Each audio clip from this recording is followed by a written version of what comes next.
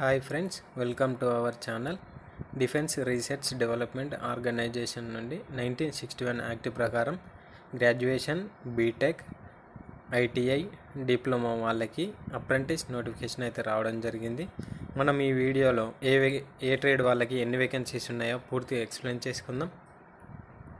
So friends, graduation apprentice engineering, B Tech వాళ్ళకి చూసుకుందాం. Mechanical production 30 vacancies, aeronautical aerospace 15 vacancies, electricals and electronics 10 vacancies, computer science 15 vacancies, metallurgy material science 4 vacancies, civil engineer 1 vacancies, total 75 vacancies అయితే ఇవ్వడం జరిగింది. Minimum age limit వచ్చేసి 18 years నుంచి 27 years మధ్యలో ఉండాలి. OBC వాళ్ళకు 30 years, SC ST 32 years, physical హ్యాండిక్యాప్డ్కి 37 years.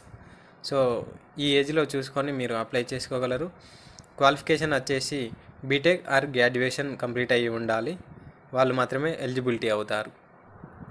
So friends, graduation apprentice trainee non engineering, ఇంతకుముందు చెప్పాను కదా, అది ఇంజనీర్ కిందికి వస్తుంది. ఇది నాన్ ఇంజనీరింగ్.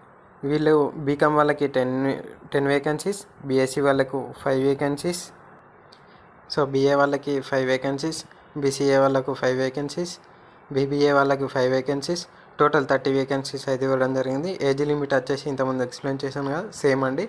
ఎడ్యుకేషన్ మీరు ఒకసారి చెక్ చేసుకొని అప్లై చేసుకోండి. సో డిప్లొమా అప్రెంటిస్ ట్రైనీ, ఇది వీళ్ళు టెక్నీషియన్ కిందికి వస్తారు. Mechanical production 10 vacancies, electrician and electronics 7 vacancies, computer science 3 vacancies, total 20 vacancies అయితే ఇవ్వడం జరిగింది. ఏ స్టడీ వాళ్ళు దానికి అప్లై చేసుకోగలరు. సో ఐటీఐ అప్రెంటిస్ ట్రైనీ, వీళ్ళు కూడా టెక్నీషియన్ కిందికి వస్తారు.